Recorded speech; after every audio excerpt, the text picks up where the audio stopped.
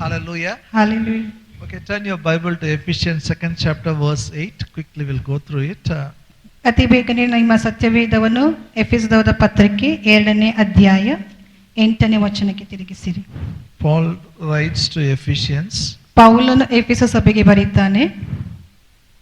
Ephesians 2:8. ಎಫೆಸದವರ ಪತ್ರಿಕೆ 2ನೇ ಅಧ್ಯಾಯ 8ನೇ ವಚನ. For by grace are you saved through faith, and that not of yourself, it is a gift of God. ನಂಬಿಕೆ ಮೂಲಕ ಕೃಪೆಯಿಂದಲೇ ನೀವು ರಕ್ಷಣೆ ಹೊಂದಿದವರಾಗಿದ್ದೀರಿ. ಆ ರಕ್ಷಣೆಯು ನಿಮ್ಮಿಂದುಂಟಾದದ್ದಲ್ಲ, ಅದು ದೇವರ ದಾನವೇ. Hallelujah. All of you lift up your hand and say this. I am saved by grace through faith. ಎಲ್ಲರೂ ನಿಮ್ಮ ಕೈಗಳನ್ನ ಎತ್ತಿಕೊಂಡು ಹೇಳ್ರಿ, ನಾನು ನಂಬಿಕೆಯ ಮೂಲಕ ಕೃಪೆಯಿಂದಲೇ ರಕ್ಷಣೆ ಹೊಂದಿದ್ದೇನೆ. Grace provided salvation. ಕೃಪೆಯು ರಕ್ಷಣೆಯನ್ನು ಒದಗಿಸಿಕೊಟ್ಟಿದೆ. By faith we have taken. ನಂಬಿಕೆಯ ಮೂಲಕ ಅದನ್ನು ಹೊಂದಿಕೊಂಡಿದ್ದೇವೆ. Even holiness, ಪರಿಶುದ್ಧತೆಯೂ ಸಹ it is by grace. ಅದು ಕೃಪೆಯಿಂದಲೇ. Grace provided victory over sin. ಕೃಪೆಯು ನಮಗೆ ಪಾಪದ ಮೇಲೆ ಜಯವನ್ನು ಕೊಟ್ಟಿದೆ. We believe it. ಅದನ್ನು ನಾವು ನಂಬಿದೆವು. We live a holy life. ನಾವು ಪರಿಶುದ್ಧವಾದ ಜೀವಿತವನ್ನು ಜೀವಿಸುತ್ತೇವೆ. Now I am preaching how grace makes a man rich. ಈಗ ನಾನು ಕಲಿಸ್ತಾ ಇದ್ದೀನಿ ಹೇಗೆ ಕೃಪೆಯು ಒಬ್ಬ ಮನುಷ್ಯನನ್ನು ಶ್ರೀಮಂತನಾಗಿ ಮಾಡ್ತದೆ. Not after 10 years. 10 ವರ್ಷದ ನಂತರ ಅಲ್ಲ. Not after 20 years. 20 ವರ್ಷದ ನಂತರ ಅಲ್ಲ. Now. ಈಗ. Amen. So 3 scriptures, you know, I know you all give tithes, you all give offering. ನನಗೆ ಗೊತ್ತು ನೀವೆಲ್ಲ ದಶಮ ಭಾಗ ಕೊಡ್ತೀರಿ, ಕಾಣಿಕೆಗಳನ್ನು ಕೊಡ್ತೀರಿ. But you should know the promise which comes to you after you give. What promise Bible gives, you should possess it. That should become your lifestyle. ನೀವು ಕೊಟ್ಟ ಮೇಲೆ ದೇವರು ಮಾಡಿದಂತ ವಾಗ್ದಾನವನ್ನು ಏನೆಂಬುದಾಗಿ ಗುರುತಿಸಿಕೊಂಡು ನೀವು ಅದನ್ನು ಹೊಂದಿಕೊಳ್ಳಬೇಕು. In Malachi 3:10 Bible says, when we give our tithes and offerings, the floodgates of heavens are opened. God pours out so much blessings, there will not be room enough to store it. Malachi 3:10 ಹೇಳುತ್ತದೆ, ನಿಮ್ಮ ದಶಮ ಭಾಗ ಕಾಣಿಕೆಗಳಿಂದ ನೀವು ದೇವರನ್ನು ಗೌರವಿಸುವಾಗ ಆತನು ಪರಲೋಕದ ದ್ವಾರಗಳನ್ನು ತೆರೆದು ನಿಮ್ಮಲ್ಲಿ ಕೂಡಿಸಿರುವುದಕ್ಕೆ ಸ್ಥಳ ಸಾಕಾಗುವುದಿಲ್ಲ, ಅಷ್ಟು ಆಶೀರ್ವಾದಗಳು ಆತನು ಸುರಿಸ್ತಾನೆ. Hallelujah. Hallelujah. Say in English, there will not be enough room to store it. ಕೂಡಿಸಿ ಇಡುವುದಕ್ಕೆ ಜಾಗವು ಸಾಕಾಗುವುದಿಲ್ಲ. Now you should have this experience. ಈಗ ನಿಮಗೆ ಈ ಅನುಭವ ಬರಬೇಕು. You should think, my God, if I have extra one more room, it will be better. ಇನ್ನೊಂದು extra room ಇದ್ರೆ ಎಷ್ಟು ಒಳ್ಳೆಯದಾಗಿತ್ತು. God wants, this shift should happen now. ಈ ಬದಲಾವಣೆ ಈಗಲೇ ಆಗಬೇಕು. It will happen. ಅದು ಆಗ್ತದೆ. Second, ಎರಡನೇದಾಗಿ Proverbs 3rd chapter says, when we honor the Lord with our substance, our barns will be filled with plenty, our vats will overflow. ಜ್ಞಾನೋಕ್ತಿ 3ನೇ ಅಧ್ಯಾಯ ಹೇಳ್ತದೆ, ನಮ್ಮ ವಸ್ತುಗಳಿಂದ ನಾವು ದೇವರನ್ನು ಗೌರವಿಸುವಾಗ ಆತ ನಮ್ಮ ಕಣಜಗಳನ್ನು ಸಮೃದ್ಧಿಯಿಂದ ತುಂಬುತ್ತಾನೆ, ನಮ್ಮ ತೊಟ್ಟಿಗಳು ತುಂಬಿ ತುಳುಕುವುದು. So I say it like this. ನಾನು ಈ ರೀತಿಯಾಗಿ ಅದನ್ನು ಹೇಳ್ತೀನಿ. Tell it to me. When I honor the Lord with my substance, all my bank accounts will be filled with plenty. All my cupboards will be filled with precious things. ನನ್ನ ಹಿಂದೆ ಹೇಳ್ರಿ, ನಾನು ನನ್ನ ವಸ್ತುಗಳಿಂದ ನನ್ನ ದೇವರನ್ನು ಸನ್ಮಾನಿಸುತ್ತೇನೆ. ನನ್ನ ದೇವರು ನನ್ನ ಬ್ಯಾಂಕ್ ಅಕೌಂಟ್ ಅನ್ನು ಸಮೃದ್ಧಿಯಿಂದ ತುಂಬುತ್ತಾನೆ. ನನ್ನ ಕಬರ್ಡ್ಗಳು ಅಮೂಲ್ಯವಾದ ವಸ್ತುಗಳಿಂದ ತುಂಬಿ ತುಳುಕುವುದು. Keep telling with your mouth. ಇದನ್ನು ನೀವು ಬಾಯಿಂದ ಹೇಳ್ತಾನೆ ಇರ್ರಿ. And just follow my teaching. ಮತ್ತೆ ನನ್ನ ಬೋಧನೆಯನ್ನು ನೀವು ಕೇಳ್ತಾನೆ ಇರ್ರಿ. You will see when you go to ATM and check the balance, so many digits will come. ನೀವು ಹೋಗಿ ನಿಮ್ಮ ATM ಹಾಕಿ ನಿಮ್ಮ ಅಕೌಂಟ್ ಚೆಕ್ ಮಾಡುವಾಗ ಅನೇಕ ಅದರಲ್ಲಿ ಅಂಕೆಗಳು ಇರ್ತವೆ. And surely your wife will tell you, buy one more cupboard. ನಿಮ್ಮ ಹೆಂಡತಿ ನಿಮಗೆ ಹೇಳ್ತಾರೆ, ಇನ್ನೊಂದು ಕಬರ್ಡ್ ಅನ್ನು ಖರೀದಿ ಮಾಡ್ರಿ. Not enough. ಸಾಕಾಗುವುದಿಲ್ಲ. And the third one, ಮೂರನೇದಾಗಿ Jesus said, give and it shall be given to you. Good measure, pressed down, shaken together, men will pour into your bosom. ಯೇಸು ಕ್ರಿಸ್ತನು ಹೇಳಿದನು, ಕೊಡಿರಿ ನಿಮಗೆ ಕೊಡಲ್ಪಡುವುದು, ತುಂಬಾ ಅಳತೆಯಿಂದ ಜಡೆದು ಅಲ್ಲಾಡಿಸಿ ಹೊರಚೆಲ್ಲುವ ಹಾಗೆ ಮನುಷ್ಯರು ಬಂದು ನಿಮ್ಮ ಸೆರಿಗೆಗೆ ಹಾಕುವರು. Say in English, I will give, it will be given back to me.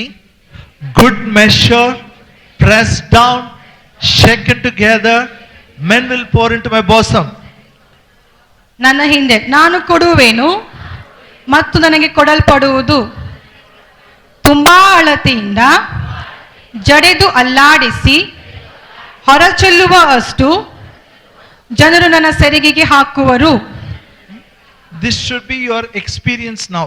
ಇದು ಅನುಭವ ನಿಮಗೆ ಈಗ ಇರಬೇಕು. Number 1, ಮೊದಲನೇದಾಗಿ sing Psalm 23 every day. ಮೊದಲನೇದಾಗಿ ಕೀರ್ತನೆ 23ನೇದನ್ನು ದಿನ ಹಾಡಿರಿ. Tell your neighbor, sing Psalm 23 every day. ನಿಮ್ಮ ಪಕ್ಕದವರಿಗೆ ಹೇಳ್ರಿ, ಕೀರ್ತನೆ 23 ದಿನಾನು ಹಾಡ್ರಿ. You do this. ಇದನ್ನು ಮಾಡ್ರಿ. I give you assurance. ನಾನು ನಿಮಗೆ ಖಚಿತತೆಯನ್ನು ಕೊಡ್ತೇನೆ. Your children will not know what is poverty. ನಿಮ್ಮ ಮಕ್ಕಳಿಗೆ ಗೊತ್ತಿರುವುದಿಲ್ಲ ಬಡತನ ಎಂದರೆ ಏನೆಂಬುದಾಗಿ. They will not know it. ಅದು ಅವರಿಗೆ ಗೊತ್ತಿರುವುದಿಲ್ಲ. They will not know what is financial problem. ಅವರಿಗೆ ಗೊತ್ತಿರಲಿಲ್ಲ ಈ ಹಣಕಾಸಿನ ಸಮಸ್ಯೆ ಎಂದರೆ ಏನೆಂಬುದಾಗಿ ಅವರಿಗೆ ಗೊತ್ತಿರುವುದಿಲ್ಲ. Second, ಎರಡನೇದಾಗಿ, we have a covenant. This is a covenant book, a covenant of prosperity. ಇದು ಒಂದು ಒಡಂಬಡಿಕೆ ಪುಸ್ತಕ ಇದೆ. ನಾವು ಒಡಂಬಡಿಕೆಗೆ ಸೇರಿದವರಾಗಿದ್ದೇವೆ. In the Old Testament, Bible says God made them rich because of covenant. ಹಳೆ ಒಡಂಬಡಿಕೆಯಲ್ಲಿ ನಾವು ನೋಡ್ತೀವಿ, ದೇವರು ಅವರನ್ನು ಶ್ರೀಮಂತನಾಗಿ ಮಾಡಿದರು ಒಡಂಬಡಿಕೆಯ ಕಾರಣ. Deuteronomy 8:18. ಧರ್ಮೋಪದೇಶಕಾಂಡ 8:18.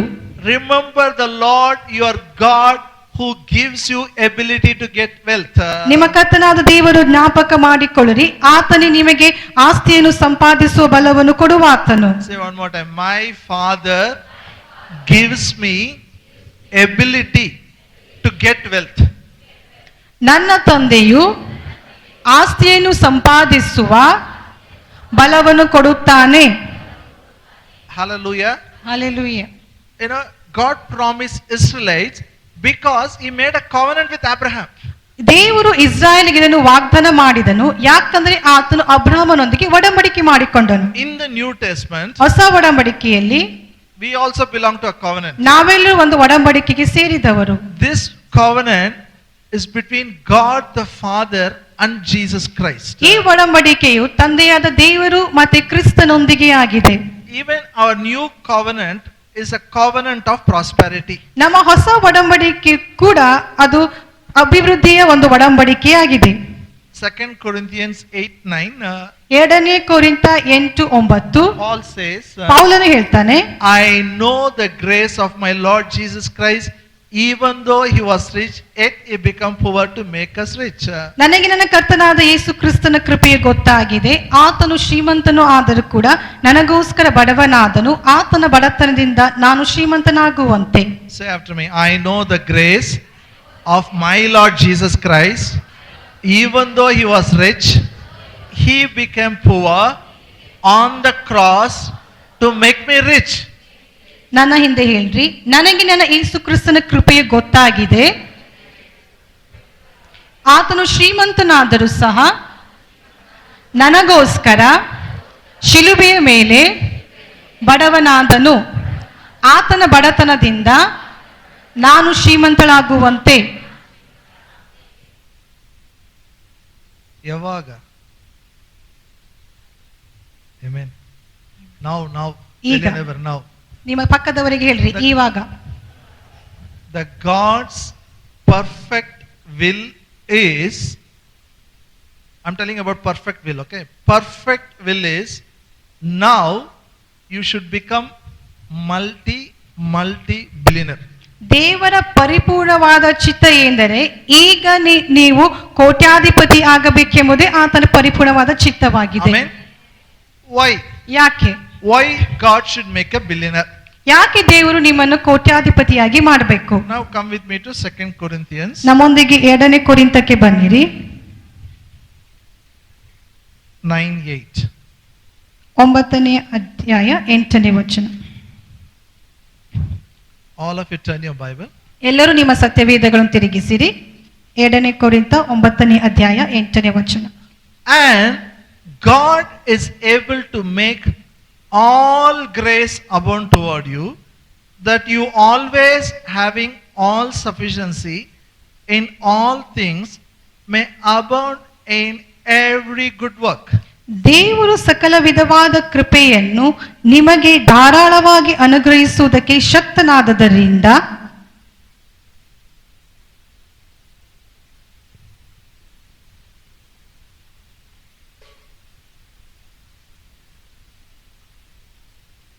ನೀವು ಯಾವಾಗಲೂ ಎಲ್ಲಾ ವಿಷಯಗಳಲ್ಲಿ ಪರಿಪೂರ್ಣತೆ ಉಳ್ಳವರಾಗಿ ಸಕಲ ಸತ್ಯಾರ್ಯಗಳನ್ನು ಹೇರಳವಾಗಿ ಮಾಡುವರಾಗಿರುವಿರಿ. Now listen. ಇಲ್ಲಿ ಕೇಳಿ. All of you very important. ಬಹಳ ಮುಖ್ಯವಾದದ್ದು. This verse will divide into 3 parts. ಈ ವಚನವನ್ನು 3 ಭಾಗವಾಗಿ ಮಾಡೋಣ. First part says God is able to make all grace abound towards us. ದೇವರು ತನ್ನ ಧಾರಾಳದ ಕೃಪೆಯನ್ನು ನಮ್ಮ ಮೇಲೆ ಸುರಿಸಿದ್ದಾನೆ. Hallelujah. Say, my Father is able to make all grace abound towards me. ನನ್ನ ತಂದೆಯು ಸಕಲ ವಿಧವಾದ ಕೃಪೆಯನ್ನು ಹೇರಳವಾಗಿ ನನ್ನ ಮೇಲೆ ಅನುಗ್ರಹಿಸುವುದಕ್ಕಾಗಿ ಶಕ್ತನಾಗಿದ್ದಾನೆ. Hallelujah. Hallelujah.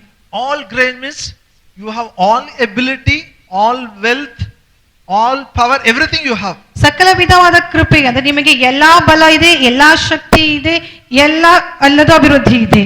And the second part says always you will have all sufficiency in all things. ಎರಡನೇ ಭಾಗ ಹೇಳ್ತದೆ ಯಾವಾಗಲೂ ಎಲ್ಲಾ ವಿಷಯಗಳಲ್ಲಿ ನಿಮಗೆ ಸಮೃದ್ಧಿ ಇರ್ತದೆ. 3 words, okay? 3 ವಚನ. Say after me, always, all sufficiency in all things. One more time, okay? Slowly.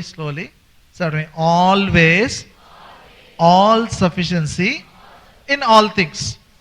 ಯಾವಾಗಲೂ ಎಲ್ಲಾ ವಿಷಯದಲ್ಲಿ ಸಮೃದ್ಧಿ. See, this grace make sure always you have money in your hand. ಈ ಕೃಪೆ ಏನ್ ಮಾಡ್ತಾ ಇದೆ ಅಂದ್ರೆ ಯಾವಾಗಲೂ ನಿಮ್ಮ ಹತ್ರ ಹಣ ಇರುವ ಹಾಗೆ ನೋಡ್ಕೊಳ್ತದೆ. Always. ಯಾವಾಗಲೂ Sufficient money. ಯಾವಾಗಲೂ ಬೇಕಾದಷ್ಟು ಹಣ. For all things. ಎಲ್ಲಾ ವಿಷಯಗಳಿಗಾಗಿ. If always sufficient money is not there means we have not understood the grace of God. ಯಾವಾಗಲೂ ಬೇಕಾಗುವ ಹಣ ನಮ್ಮಲ್ಲಿ ಇಲ್ಲ ಅಂದರೆ ನಾವು ದೇವರ ಕೃಪೆಯನ್ನು ಅರ್ಥ ಮಾಡಿಕೊಳ್ಳಲಿಲ್ಲ. Or our mind has not changed. ಅಥವಾ ನಮ್ಮ ಮನಸ್ಸು ಬದಲಾಗಲಿಲ್ಲ. We are not operating faith principles. ನಾವು ನಮ್ಮ ನಂಬಿಕೆಯ ನಿಯಮವನ್ನು ಕಾರ್ಯದಲ್ಲಿ ತರ್ತಾ ಇಲ್ಲ. Say always I will have all sufficiency in all things. ನನಗೆ ಯಾವಾಗಲೂ ಎಲ್ಲಾ ವಿಷಯಗಳಲ್ಲಿ ಸಮೃದ್ಧಿ ಇರುತ್ತದೆ. For your education, job, marriage, fees, always you will have money. ನಿಮ್ಮ ವಿದ್ಯಾಭ್ಯಾಸಕ್ಕಾಗಿ, ನಿಮ್ಮ ಕೆಲಸಕ್ಕಾಗಿ, ನಿಮ್ಮ ಮದುವೆಗಾಗಿ, ಫೀಸ್ ಕಟ್ಟಲಿಕ್ಕೆ ಎಲ್ಲದಕ್ಕೆ ನಿಮಗೆ ಕೃಪೆ ಇರ್ತದೆ. How? ಹೇಗೆ? Grace provided. ಕೃಪೆ ಒದಗಿಸಿಕೊಟ್ಟಿದೆ.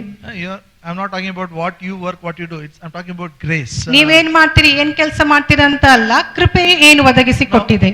All you need, I need is what grace provides. We have to take it by faith. ನಾವು ನೀವು ಮಾಡಬೇಕಾದದ್ದು ಇಷ್ಟೇ, ಯಾವುದು ಕೃಪೆ ಒದಗಿಸಿಕೊಟ್ಟಿದ್ಯೋ ಅದನ್ನ ನಂಬಿಕೆ ಮೂಲಕ ನಾವು ಸ್ವಾಧೀನಪಡಿಸ್ಕೋಬೇಕು. If God meets our need, that's more than enough for us. ದೇವರು ನಮ್ಮ ಅವಶ್ಯಕತೆಗಳನ್ನು ಪೂರೈಸಿದ್ರೆ ನಮಗೆ ಅಷ್ಟೇ ಸಾಕು. Why God should make you multi-billionaire? ದೇವರು ನಿಮ್ಮನ್ನೇ ಕೋಟ್ಯಾಧೀಶನಾಗಿ ಯಾಕೆ ಮಾಡಬೇಕು? The next part of that same scripture says, so that you will abound in every good work. ಅದೇ ವಚನ ಮುಂದಿನ ಭಾಗ ಹೇಳ್ತದೆ, ಸಕಲ ವಿಧವಾದ ಸತ್ಕಾರ್ಯಗಳಲ್ಲಿ ನೀವು ಮುಂದಾಗಿರುವ ಹಾಗೆ. Say, I will abound in every good work. ನಾನು ಎಲ್ಲಾ ಸತ್ಕಾರ್ಯಗಳಲ್ಲಿ ಮುಂದಾಗಿರುತ್ತೇನೆ. Meaning is, ಅದರ ಅರ್ಥ ಏನಂದ್ರೆ you have to do some good work.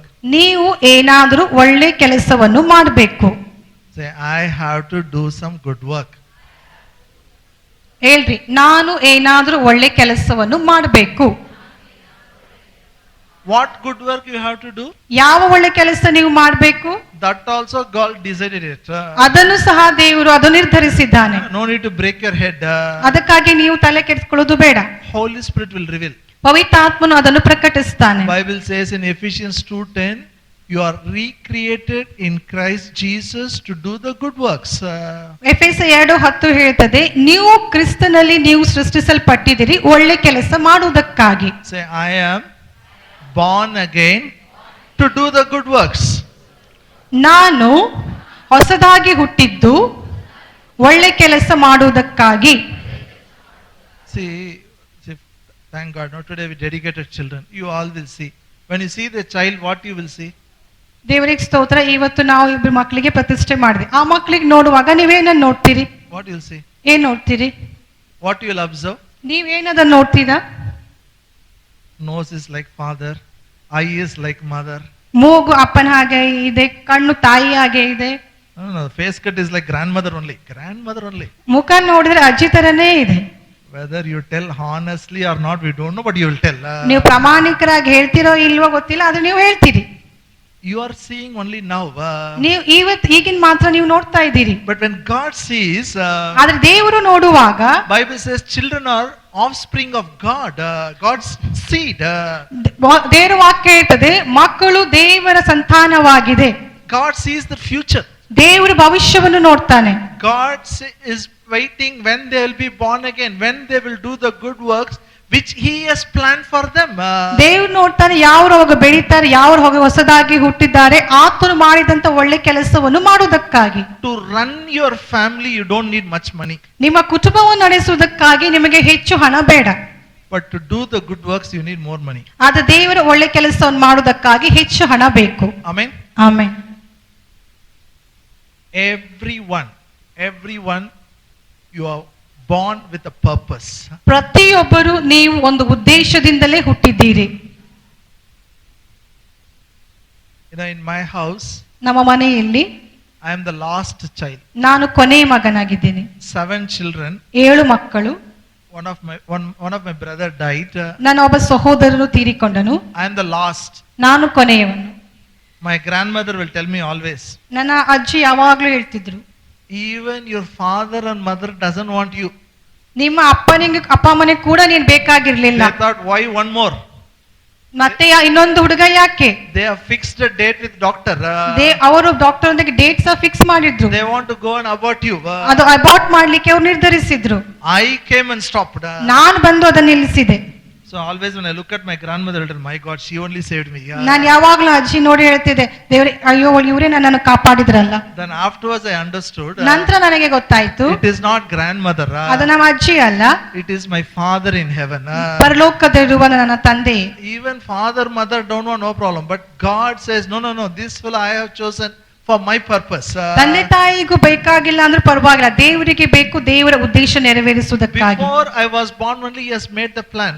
ನಾನು ಹುಟ್ಟುವುದಕ್ಕಿಂತ ಮುಂಚೆ ಆತನು ಒಂದು ಯೋಜನೆಯನ್ನು ಮಾಡಿದ್ದಾನೆ. And the plan, what God makes for you will not be a small plan. ದೇವರು ನಿಮಗೋಸ್ಕರ ಮಾಡುವಂತ ಯೋಜನೆ ಅದು ಚಿಕ್ಕದಾದ ಯೋಜನೆ ಆಗಿರುವುದಿಲ್ಲ. Hallelujah. Hallelujah. Now, to enjoy the blessings of God, we have to cooperate with God. ದೇವರ ಆಶೀರ್ವಾದಗಳನ್ನು ನಾವು ಆನಂದಿಸುವುದಕ್ಕಾಗಿ ದೇವರೊಂದಿಗೆ ನಾವು ಸಹಕರಿಸಬೇಕು. Are you with me? ನೀವು ನಮ್ಮೊಂದಿಗೆ ಇದ್ದೀರಾ? Okay, one more time. I'll just give this example. ಒಂದು ಉದಾಹರಣೆ ಕೊಡ್ತೀನಿ. Peter worked all night. He didn't get fish. ಪೇತ್ರನು ಇಡೀ ರಾತ್ರಿ ಪ್ರಯಾಸ ಪಟ್ಟನು, ಆದರೆ ಮೀನು ಹಿಡಿಲಿಕ್ಕೆ ಆಗಿಲ್ಲ. Look here. ಇಲ್ಲಿ ನೋಡ್ರಿ. Children, I understand. ಮಕ್ಕಳು ನನಗೆ ಅರ್ಥ ಆಗ್ತದೆ. They can cry. They have all rights. ಅವರಿಗೆಲ್ಲ ಹಕ್ಕು ಇದೆ ಅಳ್ಲಿಕ್ಕೆ. Why you are looking here and there? Look here. ನೀವು ಯಾಕೆ ಆ ಕಡೆ ನೋಡ್ತೀರಿ? ಈ ಕಡೆ ನೋಡ್ರಿ. Jesus came. ಯೇಸು ಸ್ವಾಮಿ ಬಂದು Now says, launch out and cast the nets. ನೀನು ನಿನ್ನ ಬಲೆಗಳನ್ನು ಆಳದಲ್ಲಿ ಹಾಕು. Say nets. ಬಲೆಗಳನ್ನು ಜೋರಾಗಿ. But Peter cast only one net. ಆದ್ರೆ ಪೇತ್ರ ಒಂದೇ ಬಲೆಯನ್ನು ಹಾಕಿದ. And not he cast one net. Before that he gave one big lecture to Jesus. ಅದು ಒಂದು ಬಲೆ ಹಾಕಿದ್ ಮಾತ್ರ ಅಲ್ಲ, ಅದಕ್ಕಿಂತ ಮೊದಲು ಒಂದು ದೊಡ್ಡ ಲೆಕ್ಚರ್ ಯೇಸು ಸ್ವಾಮಿ ಕೊಡ್ತಾನೆ. All night I tried, nothing happened. ಇಡೀ ರಾತ್ರಿ ಪ್ರಯಾಸ ಪಟ್ಟೆ, ನನಗೇನು ಸಿಕ್ಕಿಲ್ಲ. And you are saying I'm doing it. ನೀನ್ ಹೇಳ್ತಾ ಇದ್ದಿ, ಅದಕ್ಕಾಗಿ ನಾನು ಮಾಡ್ತಾ ಇದ್ದೀನಿ. Net was breaking. ಬಲೆಯು ಹರಿತಾ ಇತ್ತು, Boat was sinking. ದೋಣಿ ಮುಳುಗ್ತಾ ಇತ್ತು. What is the difference between Jesus and Peter? ಯೇಸು ಸ್ವಾಮಿಗೂ ಮತ್ತು ಪೇತ್ರನಿಗಿರುವಂತ ವ್ಯತ್ಯಾಸವೇನು? Peter is considering the circumstances should favor him. ಪೇತ್ರನು ಅನ್ಕೊಳ್ತಾ ಇದ್ದಾನೆ ಆ ಸಂದರ್ಭಗಳು ಅವನಿಗೆ ಸಹಾಯ ಮಾಡಬೇಕು. But Jesus is changing the circumstances by using his authority. ಆದರೆ ಯೇಸು ಸ್ವಾಮಿ ಆ ಸಂದರ್ಭಗಳನ್ನೇ ಬದಲಾಯಿಸ್ತಾ ಇದ್ದಾನೆ. He is exercising dominion over the fish of the sea. ಆತನು ಆ ಸಮುದ್ರದಲ್ಲಿರುವಂತ ಮೀನುಗಳ ಮೇಲೆ ತನ್ನ ಅಧಿಕಾರವನ್ನು ಚಲಾಯಿಸ್ತಾನೆ. Whether you are studying, working, whatever, I want to tell you, you can have dominion over money. ನೀವು ವಿದ್ಯಾಭ್ಯಾಸ ಮಾಡ್ತಾ ಇರಿ ಅಥವಾ ಕೆಲಸ ಮಾಡ್ತಾ ಇರ, ನಾನು ನಿಮ್ಗೆ ಹೇಳ್ತೇನೆ, ನೀವು ಹಣದ ಮೇಲೆ ನಿಮ್ಮ ದೊರೆತನವನ್ನು ಮಾಡಬಹುದು. Say, I can have dominion over money. ನನ್ನ ಹಿಂದೆ ಹೇಳ್ರಿ, ನಾನು ಹಣದ ಮೇಲೆ ದೊರೆತನ ಮಾಡಬಹುದು.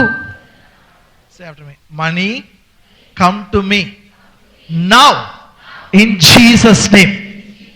ಯೇಸುವಿನ ನಾಮದಲ್ಲಿ ಹಣವೇ ಈಗಲೇ ನನ್ನ ಬಳಿಗೆ ಬಾ. See, Jesus mind is different, Peter mind is different. ಯೇಸುವಿನ ಮನಸ್ಸು ಮತ್ತು ಪೇತ್ರನ ಮನಸ್ಸು ಬೇರೆಯಾಗಿದೆ. If you want to enjoy the blessings of God, this faith needs a renewed mind. ನೀವು ದೇವರ ಆಶೀರ್ವಾದಗಳನ್ನು ಅನುಭವಿಸಬೇಕಾದರೆ ಈ ಮನಸ್ಸು ನೂತನವಾಗಬೇಕು. Okay, come with me to one more story. I'll tell and close it. ಇನ್ನೊಂದು ಕತೆ ಕಡೆಗೆ ಬಂದ್ರೆ ಇದನ್ನು ಹೇಳಿ ನಾನು ಮುಗಿಸ್ತೀನಿ. 2 Kings, 2ನೇ ಅರಸು 4th chapter, 4ನೇ ಅಧ್ಯಾಯ verse 1 to 3. 1ರಿಂದ 3ನೇ ವಚನ. 2 Kings, 4th chapter. This is about Elisha. 2ನೇ ಅರಸು 4ನೇ ಅಧ್ಯಾಯ 1ರಿಂದ 3ನೇ ವಚನ. ಇದು ಎಲೀಷನ ಕಥೆಯಾಗಿದೆ. ಪ್ರವಾದಿಗಳ ಮಕ್ಕಳ ಹೆಂಡತಿಯರಲ್ಲಿ ಒಬ್ಬಳು ಎಲೀಷನಿಗೆ ಕೂಗಿ, ನಿನ್ನ ದಾಸನಾದ ನನ್ನ ಗಂಡನು ಸತ್ತನು, ನಿನ್ನ ದಾಸನು ಕರ್ತನಿಗೆ ಭಯಪಡುವನಾಗಿದ್ದನು ನೀನು ಬಲ್ಲೆ. ಈಗ ಸಾಲಗಾರನು ನನ್ನ 2 ಮಕ್ಕಳನ್ನು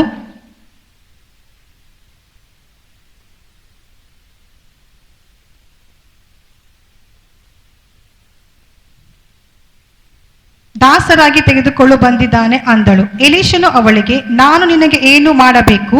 ಮನೆಯಲ್ಲಿ ನಿನಗೆ ಏನು ಉಂಟು? ನನಗೆ ತಿಳಿಸು ಅಂದನು.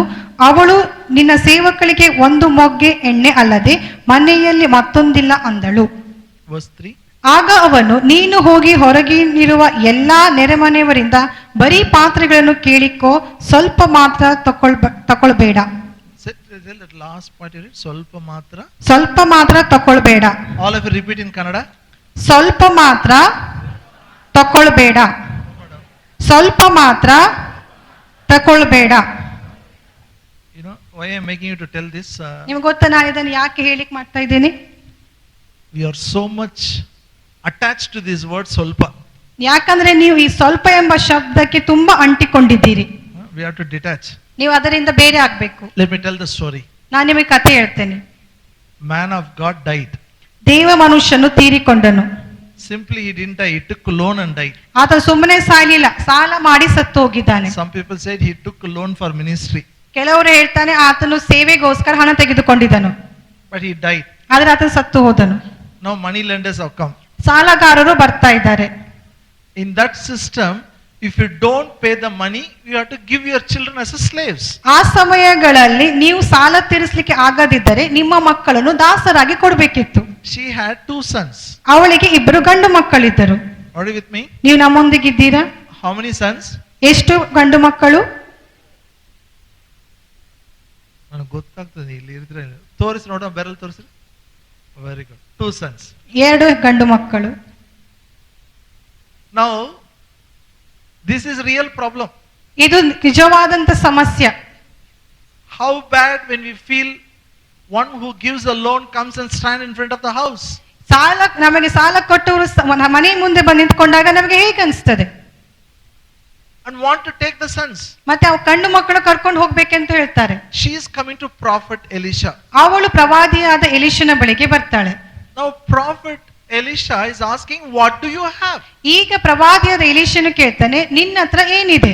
She had only one pot of oil. ಅವಳ ಹತ್ರ ಒಂದು ಮೊಗ್ಗೆ ಎಣ್ಣೆ ಅಷ್ಟೇ ಇತ್ತು. Say one pot of oil. ಒಂದು ಪಾತ್ರೆಯಲ್ಲಿ ಅಷ್ಟು ಎಣ್ಣೆ. ಎಷ್ಟು? All she had is only that much. ಅವಳಿಗಿದ್ದದ್ದು ಅಷ್ಟೇ. Now listen. ಈಗ ಕೇಳ್ರಿ. Don't worry about what you don't have. ನಿಮಗೆ ಏನಿಲ್ವೋ ಅದರ ಕುರಿತಾಗಿ ಚಿಂತೆ ಮಾಡಬೇಡ್ರಿ. What you have is enough for God to bless you. ನಿಮ್ಮ ಹತ್ರ ಏನಿದೆಯೋ ಅಷ್ಟೇ ಸಾಕು ದೇವರಿಗೆ ನಿಮ್ಮನ್ನು ಆಶೀರ್ವದಿಸುವುದಕ್ಕಾಗಿ. What you have in your hand is enough to clear the loans. ನಿನ್ನ ಕೈಯಲ್ಲಿ ಏನಿದೆಯೋ ಅದು ಮಾತ್ರ ಸಾಕು ಎಲ್ಲ ಸಾಲವನ್ನು ತೀರಿಸುವುದಕ್ಕೆ. She had only one pot. ಒಂದು ಪಾತ್ರೆ ಮಾತ್ರ ಇತ್ತು. Show your finger. How many pots? ನಿಮ್ಮ ಬೆರಳುಗಳನ್ನು ತೋರಿಸ್ರಿ, ಎಷ್ಟು ಪಾತ್ರೆ? Okay. Now Elisha said, ಎಲಿಷ ಹೇಳ್ತಾನೆ, go borrow vessels. ಹೋಗಿ ನೆರೆಮನೆಯವರ ಹತ್ರ ಪಾತ್ರೆಗಳನ್ನು ತೆಗೆದುಕೋ. And instruction is clear. ಮತ್ತೆ ಕೊಡುವಂತ ಸೂಚನೆ ಸ್ಪಷ್ಟವಾಗಿದೆ. Not few. ಸ್ವಲ್ಪ ಮಾತ್ರ ತೆಗೆದುಕೊಂಡು ಬರಬೇಡ. Say not few. ಸ್ವಲ್ಪ ಮಾತ್ರ ತೆಗೆದುಕೊಳ್ಳಬೇಡ. You know, in our God's language, always plural, always more. ದೇವರ ಒಂದು ಭಾಷೆ ಯಾವಾಗಲೂ ಬಹುವಚನ ಇರ್ತದೆ, ಯಾವಾಗ ಹೆಚ್ಚಾಗಿರುವಂತ ಶಬ್ದವಾಗಿರ್ತದೆ. When Jesus told Peter, did he say one net, two nets? ಯೇಸು ಕ್ರಿಸ್ತನು ಪೇತ್ರನಿಗೆ ಹೇಳುವಾಗ ಒಂದು ಬಲೆ ಎರಡು ಬಲೆ ಎಂಬುದಾಗಿ ಹೇಳಿದ್ನ? Nets. ಬಲೆಗಳು. If Peter would have cast 100 nets that day, he would have become a multi billionaire. ಆ ದಿನ ಪೇತ್ರನು ಒಂದು ವೇಳೆ 100 ಬಲೆಗಳನ್ನು ಹಾಕಿದ್ರೆ ಆತನು ಆ ದಿನದಲ್ಲಿ ಕೋಟ್ಯಾಧೀಶ್ವರ ಆಗಿರ್ತಿದ್ದ. He limited God with one. ಆದರೆ ಆತನು ದೇವರಿಗೆ ಒಂದರಿಂದಲೇ ಮಿತಿ ಮಾಡಿದ. Now her son went borrowed vessels. ಈಗ ಅವರಿಬ್ಬರು ಮಕ್ಕಳು ಪಾತ್ರೆಗಳು ತೆಗೆದುಕೊಳ್ಳಿಕ್ಕೆ ಹೋದ್ರು. This lady had no clue what prophet is going to do. ಈ ಸ್ತ್ರೀಗೆ ಯಾವುದೇ ಒಂದು ಗೊತ್ತಿರಲಿಲ್ಲ ಆ ಎಲಿಷನು ಏನು ಮಾಡ್ಲಿಕ್ಕೆ ಹೋಗ್ತಾನೆ. Money lender is waiting outside. ಸಾಲಗಾರರು ಹೊರಗೆ ನಿಂತು ಕಾಯ್ತಾ ಇದ್ದಾರೆ. Prophet is telling borrow vessels. ಪ್ರವಾದಿ ಹೇಳ್ತಾ ಇದ್ದಾನೆ, ಹೋಗಿ ಪಾತ್ರೆಗಳನ್ನು ತೆಗೆದುಕೊಂಡು ಬಾ. Already my husband borrowed, I am in a problem. ಈಗಾಗಲೇ ನನ್ನ ಪತಿ ತೆಗೆದುಕೊಂಡಿದ್ದ, ನಾನು ಸಮಸ್ಯೆಯಲ್ಲಿದ್ದೇನೆ. This man of God is telling borrow vessels. ಈಗ ದೇವ ಮನುಷ್ಯ ಹೇಳ್ತಾ ಇದ್ದ ಪಾತ್ರೆಗಳನ್ನು ತೆಗೆದುಕೋ. And 1, 2 okay. 1, 2 ಪರವಾಗಿಲ್ಲ. Not few. ಸ್ವಲ್ಪ ಮಾತ್ರವಲ್ಲ. Can you put yourself in her place? ನೀವು ನಿಮ್ಮನ್ನು ಅವಳ ಸ್ಥಾನದಲ್ಲಿ ಹಾಕಬಹುದಾ? Borrow vessels from your neighbor. ನಿಮ್ಮ ನೆರೆಹೊರೆಯವರಿಂದ ಪಾತ್ರೆಗಳನ್ನು ತೆಗೆದುಕೋ. Tell me how many you will buy. ಹೇಳ್ರಿ, ಎಷ್ಟು ಜನ ಹೋಗಿ ತಕೋ ಬರ್ತೀರಿ? First thing, we will not borrow. ಮೊದಲನೇದಾಗಿ ನೀವು ಹೋಗಿ ತೆಗೆದುಕೊಂಡು ಬರೋದಿಲ್ಲ. If you borrow, how many vessels you will borrow? ತೆಗೆದುಕೊಂಡು ಬಂದ್ರೂ ಎಷ್ಟು ಪಾತ್ರೆಗಳು ತೆಗೆದುಕೊಂಡು ಬರ್ತೀರಾ? But this lady knows. This prophet says not few. ಆದ್ರೆ ಈ ಸ್ತ್ರೀಗೆ ಗೊತ್ತುಂಟು, ಆ ಪ್ರವಾದಿ ಹೇಳ್ತಾ ಇದ್ದಾನು ಸ್ವಲ್ಪ ಮಾತ್ರ ಅಲ್ಲ. So she is urging the son, bring some more. ಹಾಗಾಗಿ ಆ ಮಕ್ಕಳಿಗೆ ಹೇಳ್ತಾ ಇದ್ದಾನೆ, ಹೋಗು ಇನ್ನಷ್ಟು ತೆಗೆದುಕೊಂಡು ಬಾ. That fellow said only this much is there. ಅವನು ಹೇಳ್ತಾನೆ, ಇಲ್ಲ ಇಷ್ಟೇ ಮಾತ್ರ ಇತ್ತು. When she came to Elisha, ಅವಳು ಎಲಿಷನ ಬಳಿಗೆ ಬಂದಾಗ he says pour that oil. ಆತನು ಹೇಳ್ತಾನೆ, ಆ ಎಣ್ಣೆಯನ್ನು ಅದರಲ್ಲಿ ಸುರಿಸು. When the vessel becomes full, keep it aside. ಯಾವಾಗ ಆ ಪಾತ್ರೆ ತುಂಬುತ್ತದೋ ಅದನ್ನು ಪಕ್ಕದಲ್ಲಿಡು. She kept pouring it. ಅವಳು ಸುರಿಸ್ತಾನೆ ಇದ್ಲು. Till the last vessel she poured. ಕೊನೆಯ ಪಾತ್ರೆ ತನಕ ಅವಳು ಸುರಿಸ್ತಾನೆ ಇದ್ಲು. Elisha said, ಎಲಿಷನು ಹೇಳ್ತಾನೆ, go sell the oil. ಹೋಗಿ ಆ ಎಣ್ಣೆಯನ್ನು ಮಾರು. Clear your loan. ಮತ್ತೆ ನಿನ್ನ ಸಾಲವನ್ನು ತೀರಿಸು. And live with your sons. ಮತ್ತೆ ನಿನ್ನ ಗಂಡು ಮಕ್ಕಳೊಂದಿಗೆ ಇರು. One day, ಒಂದು ದಿನ all the loans are cleared. ಎಲ್ಲಾ ಸಾಲಗಳು ತೀರಿಸಲ್ಪಟ್ಟಾಗ She had a sufficient money for rest of the life. ಅವಳಿಗೆ ಮುಂದಿನ ಬದುಕನ್ನು ಸಾಗಿಸಲಿಕ್ಕೆ ಹೆಚ್ಚಾದ ಹಣ ಅವಳಲ್ಲಿ ಇತ್ತು. How many of you believe our God is same? ನಾವು ಎಷ್ಟು ನಂಬ್ತೀವಿ ನಮ್ಮ ದೇವರು ಹಾಗೆ ಇದ್ದಾನೆ. Yesterday, today and forever. ನಿನ್ನೆ ಇವತ್ತು ನಾಳೆ ಯಾವಾಗಲೂ ಏಕರೀತಿಯಾಗೇ ಇದ್ದಾನೆ. Amen. Say, Amen. my Jesus is same yesterday, today, forever. ನನ್ನ ಕರ್ತನು ಇಂದು ಇದ್ದ ಹಾಗೆ, ನಿನ್ನೆ ಇದ್ದ ಹಾಗೆ, ಯಾವಾಗಲೂ ಇರುವನು. One miracle. ಒಂದೇ ಒಂದು ಅದ್ಭುತ. All loans are cleared. ಎಲ್ಲಾ ಸಾಲಗಳು ತೀರಿಸಲ್ಪಟ್ಟಿದೆ. And she had money till death. ಅವಳು ಸಾಯೋ ತನಕ ಅವಳಿಗೆ ಹಣ ಅವಳಲ್ಲಿತ್ತು. If this lady would have known it, or this lady's children would have known it, they would have gone all over the city, borrowed all the vessels and come. ಅವಳಿಗಾಗ್ಲಿ ಅವ್ರಿಗೆ ಮಕ್ಕಳಿಗಾಗ್ಲಿ ಇದು ಗೊತ್ತಿದ್ರೆ ಇಡೀ ಪಟ್ಟಣವೆಲ್ಲ ಹೋಗಿ ಅವಳು ಪಾತ್ರೆಗಳನ್ನು ತೆಗೆದುಕೊಂಡು ಬರ್ತಿದ್ರು. Maybe they brought few. ಇರಬಹುದು ಅವ್ರು ಸ್ವಲ್ಪ ಮಾತ್ರ ತೆಗೆದುಕೊಂಡು ಬಂದ್ರು. If they would have borrowed vessels from the whole city, ಇಡೀ ಪಟ್ಟಣದಿಂದಲೇ ಅವರು ಆ ಪಾತ್ರೆಗೆ ತೆಗೆದುಕೊಂಡು ಬಂದರೂ ಸಹ what would have happened to that lady? ಆ ಹೆಣ್ಮಗಳಿಗೆ ಏನಾಗಬಹುದಿತ್ತು? She would have become the richest person in the city. ಆ ಪಟ್ಟಣದಲ್ಲಿ ಅತಿ ಶ್ರೀಮಂತಳಾದಂತ ಸ್ತ್ರೀ ಆಗಿರ್ತಿದ್ಲು. Hallelujah. Hallelujah. Grace is able to make you richest person in the city. ಕೃಪೆಯು ನಿಮ್ಮನ್ನು ಪಟ್ಟಣದಲ್ಲಿ ಅತಿ ಶ್ರೀಮಂತನಾದ ಮನುಷ್ಯನಾಗಿ ಮಾಡಲು ಶಕ್ತವಾಗಿದೆ. Amen. Say, grace is able to make me the richest person in my city. ಕೃಪೆಯು ನನ್ನನ್ನು ನನ್ನ ಪಟ್ಟಣದಲ್ಲಿ ಅತಿ ಶ್ರೀಮಂತನಾದ ಮನುಷ್ಯನಾಗಿ ಮಾಡಲು ಶಕ್ತವಾಗಿದೆ. It is not about one person, two person. ಒಬ್ಬರ ಅಥವಾ ಇಬ್ಬರಿಗೆ ಸಂಬಂಧಪಟ್ಟ ಅಷ್ಟೇ ಅಲ್ಲ, all of us. ಎಲ್ಲರೇ Recognize the purpose of God in your life. ದೇವರ ನಿಮ್ಮ ಜೀವಿತದಲ್ಲಿ ದೇವರ ಉದ್ದೇಶವನ್ನು ಗುರುತಿಸಿಕೊಳ್ಳ್ರಿ. God called me as a pastor. ದೇವರು ನನ್ನ ಸಭಾಪಾಲಕರನ್ನು ಕರೆದಿದ್ದಾನೆ. That doesn't mean, everybody should become a pastor. ಹಾಗಾಗಿ ಎಲ್ಲರೂ ಪಾಸ್ಟರ್ ಆಗಬೇಕಂತ ಹಾಗೇನಿಲ್ಲ. For example, I'm just giving an example, okay? Somebody is working in a hospital, you may have your own hospital. ಉದಾಹರಣೆಗೆ ಹೇಳಿ, ಯಾರು hospital ಕೆಲಸ ಮಾಡ್ತಾ ಇದ್ರೆ ಮುಂದೆ ನಿಮ್ಮದೇ ಆದಂತ ಒಂದು ಹಾಸ್ಪಿಟಲ್ ಇರಬಹುದು. She is working as a teacher tomorrow. What else she can have? ಇವಳು ಟೀಚರ್ ಆಗಿದ್ದಾರೆ, ನಾಳೆ ಅವಳಿಗೆ ಏನಿರಬಹುದು? Tell me what she can have. ಅವಳಿಗೆ ಏನಿರಬಹುದು, ನೀವೇ ಹೇಳ್ರಿ.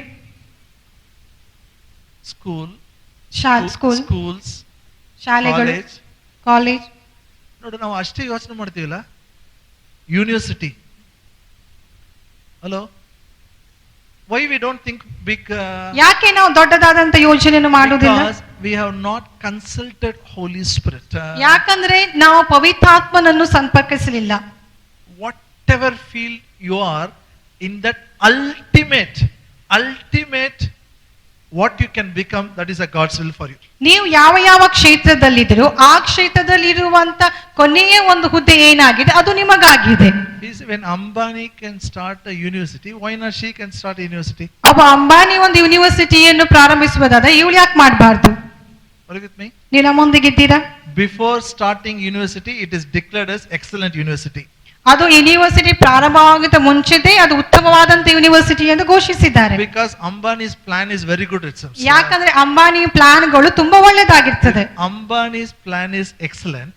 ಅಂಬಾನಿ ಪ್ಲಾನ್ಗಳೇ ಇಷ್ಟು ಒಳ್ಳೆದಾಗಿರುವಾಗ how much more better will be our father's plan? ಮತ್ತೆ ನಮ್ಮ ತಂದೆಯ ಒಂದು ಯೋಜನೆಗಳು ಇನ್ನೂ ಎಷ್ಟು ಒಳ್ಳೆದಾಗಿರಬಹುದು. Amen.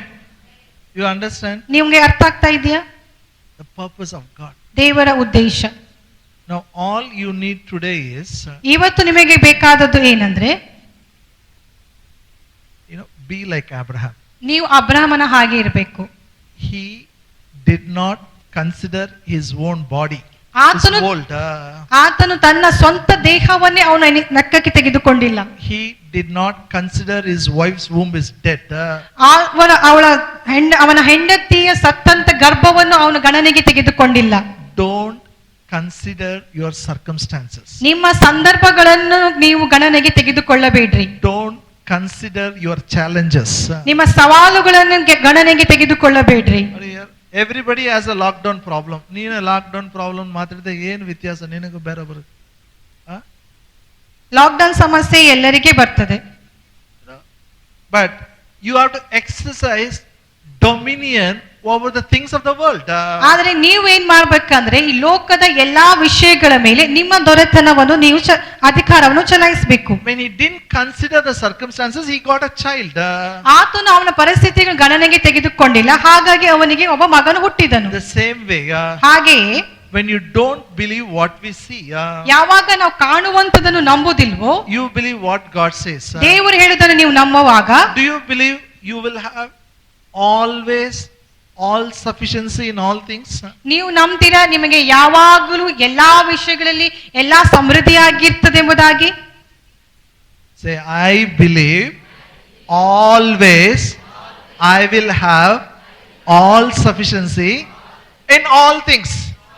ನನ್ನ ಹಿಂದೆ ಹೇಳ್ರಿ, ನಾನು ನಂಬುತ್ತೇನೆ ನನಗೆ ಯಾವಾಗಲೂ ಎಲ್ಲಾ ವಿಷಯಗಳಲ್ಲಿ ಸಮೃದ್ಧಿಯಾಗಿರ್ತದೆ. This should be your language. ಇದು ನಿಮ್ಮ ಭಾಷೆಯಾಗಿರ್ಬೇಕು. You should not ಇದು ನನಗೆ ಚಿಂತೆ ನೋಡ್ರಿ, ಇದು ಒಂದೇ ಚಿಂತೆ.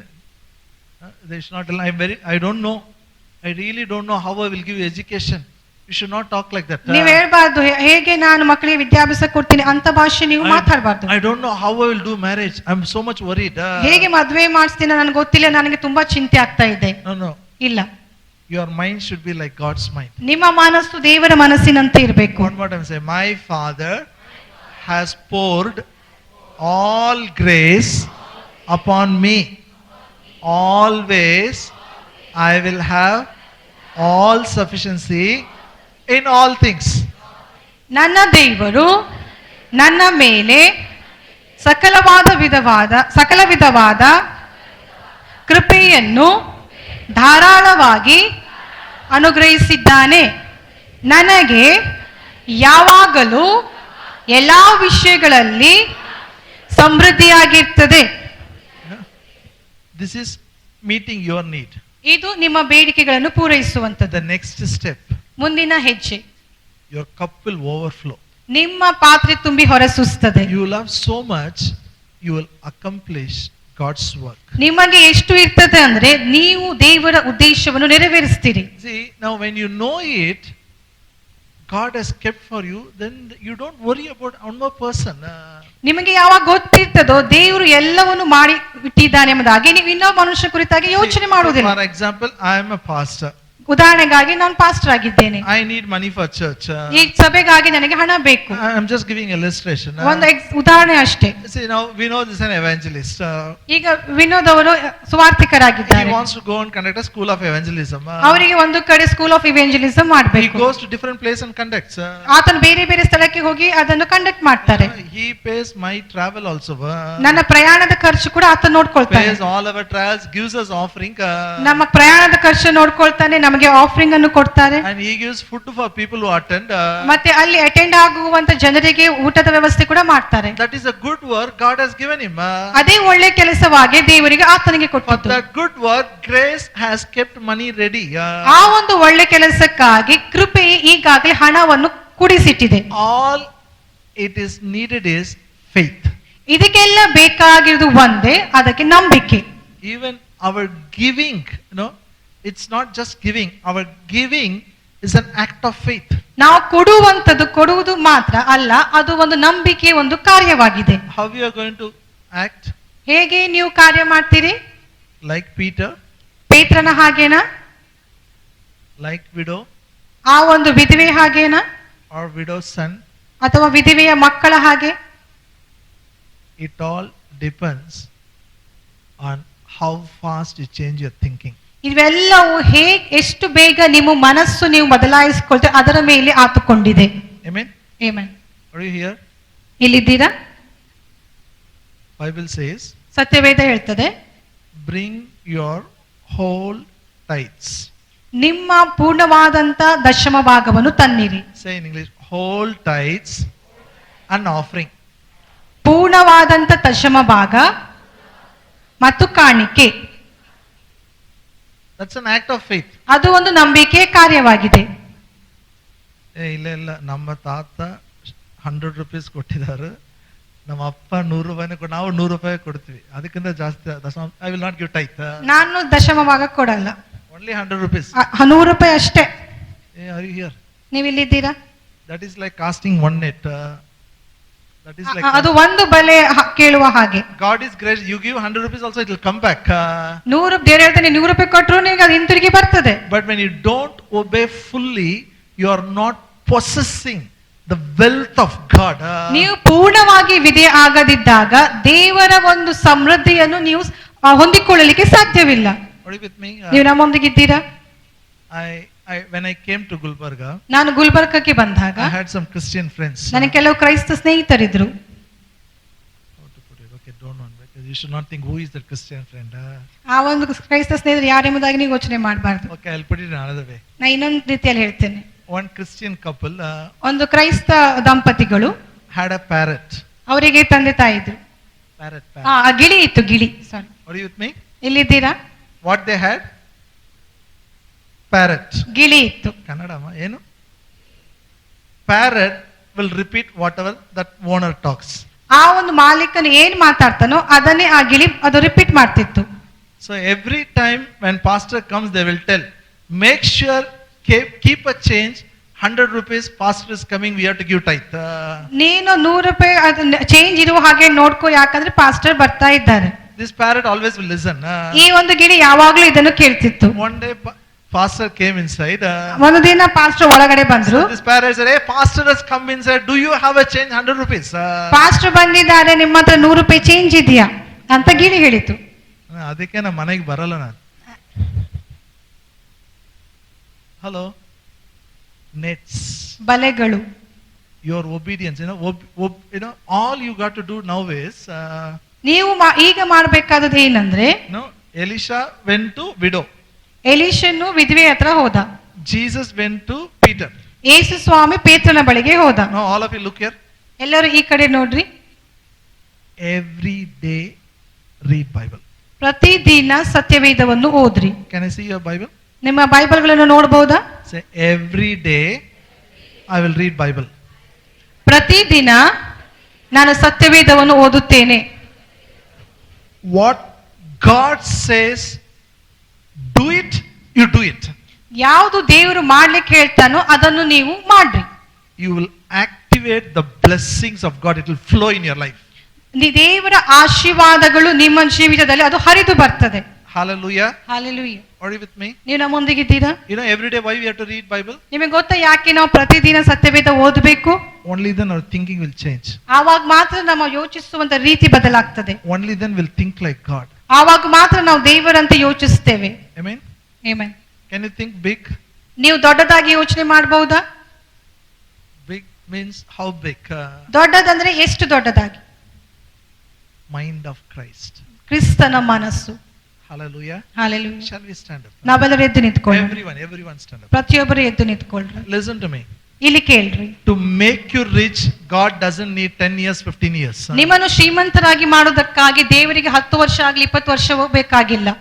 One encounter enough. ದೇವರೊಂದಿಗೆ ಒಂದು ಸಂಪರ್ಕ ಸಾಕು. One revelation knowledge enough. ಒಂದು ಪ್ರಕಟಣೆ ಜ್ಞಾನ ಸಾಕು. One word. ಒಂದೇ ಒಂದು ವಾಕ್ಯ. It will change you. ಅದು ನಿಮ್ಮನ್ನು ಬದಲಾಯಿಸುತ್ತದೆ. Shall we just lift up our hand? ನಾವೆಲ್ಲ ನಮ್ಮ ಕೈಗಳನ್ನು ಮೇಲೆ ಕೆತ್ತೋಣ. Make one decision. ಇವತ್ತು ಒಂದು ನಿರ್ಧಾರ ಮಾಡಿಕೊಳ್ಳ್ರಿ. I will possess the wealth grace has provided it. ನಾನು ಕೃಪೆಯು ಒದಗಿಸಿಕೊಟ್ಟಂತ ಆಸ್ತಿಯನ್ನು ನಾನು ಅದನ್ನು ಸ್ವಾಸ್ಥ್ಯವಾಗಿ ಮಾಡ್ಕೊಳ್ತೇನೆ. Say after me. I reject poverty in the name of Jesus. ನಾನು ಬಡತನವನ್ನು ಯೇಸುವಿನ ನಾಮದಲ್ಲಿ ತಿರಸ್ಕರಿಸುತ್ತೇನೆ. I reject financial restrictions in the name of Jesus. ನಾನು ಹಣಕಾಸಿನ ತೊಂದರೆಯನ್ನು ಯೇಸು ಕ್ರಿಸ್ತನ ನಾಮದಲ್ಲಿ ತಿರಸ್ಕರಿಸುತ್ತೇನೆ. My Father has poured all grace upon me and my family. ನನ್ನ ತಂದೆಯು ಸಕಲ ವಿಧವಾದ ಕೃಪೆಯನ್ನು ನನ್ನ ಮೇಲೆಯೂ ನನ್ನ ಕುಟುಂಬದ ಮೇಲೆಯೂ ಸುರಿಸಿದ್ದಾನೆ. Always we will have all sufficiency in all things. ಯಾವಾಗಲೂ ಎಲ್ಲಾ ವಿಷಯಗಳಲ್ಲಿ ನಮಗೆ ಸಮೃದ್ಧಿಯಾಗಿರುತ್ತದೆ. Our family will abound always in the good works which God has prepared. ನಮ್ಮ ಕುಟುಂಬವು ದೇವರು ಸಿದ್ಧ ಮಾಡಿದಂತ ಒಳ್ಳೆ ಕೆಲಸವನ್ನು ಮಾಡುವೆವು. Lift up your hand. Lift up your hand. I want to ನಿಮ್ಮ pray. ನಿಮ್ಮ ಕೈಗಳನ್ನು ಎತ್ತಿರಿ. You know, that tight, financially tight, if you feel like that, I'm going to pray for you. That, ನಿಮ್ಮ ಹಣಕಾಸಿನ ವಿಷಯದಲ್ಲಿ ಏನಾದರೂ ನಿಮಗೆ ಏನಾದರೂ ಅಡಚಣೆ ಎಂಬುದಾಗಿ ಅನಿಸುವುದ, ಬಲವಾದ ಹಿಡಿತಗಳು ಅನಿಸುವುದಾದ್ರೆ ನಿಮಗೋಸ್ಕರ ಪ್ರಾರ್ಥಿಸ ಬಯಸ್ತೇನೆ. that limit will be broken now. ಆ ಮಿತಿಗಳು ಈಗಲೇ ಮುರಿಯಲ್ಪಡ್ತದೆ. As Jesus visited Peter, this is the night your limits are broken. ಹೇಗೆ ಯೇಸು ಕ್ರಿಸ್ತನು ಪೇತ್ರನನ್ನು ಭೇಟಿ ನೀಡಿದನು, ಹಾಗೆ ಈಗಲೇ ಎಲ್ಲ ಹಣಕಾಸಿನ ಮಿತಿಗಳು ಮುರಿಯಲ್ಪಡ್ತದೆ. As Elisha met the widow, this night all your financial worries is finished. ಎಲೀಷನಿಗೆ ಹಾಗೆ ವಿಧವೆಗೆ ಹೇಳಿದನು, ಅದೇ ರೀತಿಯಲ್ಲಿ ಈ ರಾತ್ರಿಯೇ ನಿಮ್ಮ ಎಲ್ಲಾ ಹಣಕಾಸಿನ ಸಮಸ್ಯೆಗಳು ನಿಂತು ಹೋಗ್ತದೆ. I declare this night is a night of financial breakthrough. ನಾನು ಘೋಷಿಸ್ತೇನೆ, ಈ ರಾತ್ರಿ ನಾವು ಒಂದು ಹಣಕಾಸಿನ ವಿಷಯದಲ್ಲಿ ಸಮೃದ್ಧಿ ಕಾಣುವಂತ ರಾತ್ರಿಯಾಗಿದೆ. I speak your bank accounts will be filled with plenty in Jesus name. ನಾನು ಮಾತಾಡ್ತೇನೆ, ಯೇಸುವಿನ ನಾಮದಲ್ಲಿ ನಿಮ್ಮ ಬ್ಯಾಂಕ್ ಅಕೌಂಟ್ಗಳು ಸಮೃದ್ಧಿಯಿಂದ ತುಂಬಲ್ಪಡ್ತದೆ. And I declare ಮತ್ತು ನಾನು ಘೋಷಿಸ್ತೇನೆ, no one will be poor in this church. ಈ ಸಭೆಯಲ್ಲಿ ಒಬ್ಬರು ಬಡವರಾಗಿರುವುದಿಲ್ಲ. Oh, thank you, Father. Father, we pray in the name of Jesus. ತಂದೆ, ಯೇಸು ಕ್ರಿಸ್ತನ ನಾಮದಲ್ಲಿ ನಾವು ಪ್ರಾರ್ಥಿಸ್ತೇವೆ. Open our eyes of understanding. ನಮ್ಮ ಅರ್ಥ ಮಾಡಿಕೊಳ್ಳುವ ಕಣ್ಣುಗಳನ್ನು ತೆರೆ. Lord, I pray when they read Bible, you will speak to them. ನಾನು ಪ್ರಾರ್ಥಿಸ್ತೇನೆ ಸ್ವಾಮಿ, ಅವರು ಸತ್ಯವೇದ ಓದುವಾಗ ನೀನು ಅವರೊಂದಿಗೆ ಮಾತನಾಡುತ್ತಿ. As you spoke to Peter, you will speak to them. ನೀನು ಪೇತ್ರನೊಂದಿಗೆ ಮಾತನಾಡಿದ ಹಾಗೆ ಇವರೊಂದಿಗೆ ಮಾತನಾಡುವಿ. Things will change. ಸಂಗತಿಗಳು ಬದಲಾಗ್ತವೆ. I declare as a pastor, always they will have money. ಒಬ್ಬ ಪಾಸ್ಟರ್ ಆಗಿ ನಾನು ಘೋಷಿಸ್ತೇನೆ, ಅವರ ಯಾವಾಗಲೂ ಅವರ ಹತ್ರ ಹಣ ಇರ್ತದೆ. To pay children's fees, they will have money. ಮಕ್ಕಳ ಫೀಸ್ ಅನ್ನು ತುಂಬಲಿಕ್ಕೆ ಅವರ ಹತ್ರ ಹಣ ಇರ್ತದೆ. For marriages, they will have money. ಮದುವೆಗಳನ್ನು ಮಾಡುವುದಕ್ಕಾಗಿ ಅವರ ಹತ್ರ ಹಣ ಇರ್ತದೆ. To businesses, they will have money. ವ್ಯಾಪಾರಗಳನ್ನು ಮಾಡುವುದಕ್ಕಾಗಿ ಅವರ ಹತ್ರ ಹಣ ಇರ್ತದೆ. I declare they will not borrow but lend to many nations. ನಾನು ಘೋಷಿಸ್ತೇನೆ, ಅವರು ಇನ್ನೊಬ್ಬರ ಹತ್ರ ತೆಗೆದುಕೊಳ್ಳುವವರಲ್ಲ, ಅನೇಕ ದೇಶಗಳಿಗೆ ಕೊಡುವವರಾಗಿದ್ದಾರೆ. They will never lack anything. ಅವರಿಗೆ ಯಾವುದರಲ್ಲಿ ಕೊರತೆ ಇರುವುದಿಲ್ಲ. Only goodness and prosperity ಕೇವಲ ದಯೆ ಮತ್ತು ಅಭಿವೃದ್ಧಿ ಅವರನ್ನು ಹಿಂಬಾಲಿಸುತ್ತದೆ, shall follow them ಅವರನ್ನು ಹಿಂಬಾಲಿಸುತ್ತದೆ all the days of their life. ಅವರ ಜೀವಮಾನ ಕಾಲವೆಲ್ಲ. In Jesus' name. ಯೇಸುವಿನ ನಾಮದಲ್ಲಿ, In Jesus' name we pray. ಯೇಸುವಿನ ನಾಮದಲ್ಲಿ ಪ್ರಾರ್ಥಿಸ್ತೇವೆ. Amen. ಆಮೆನ್.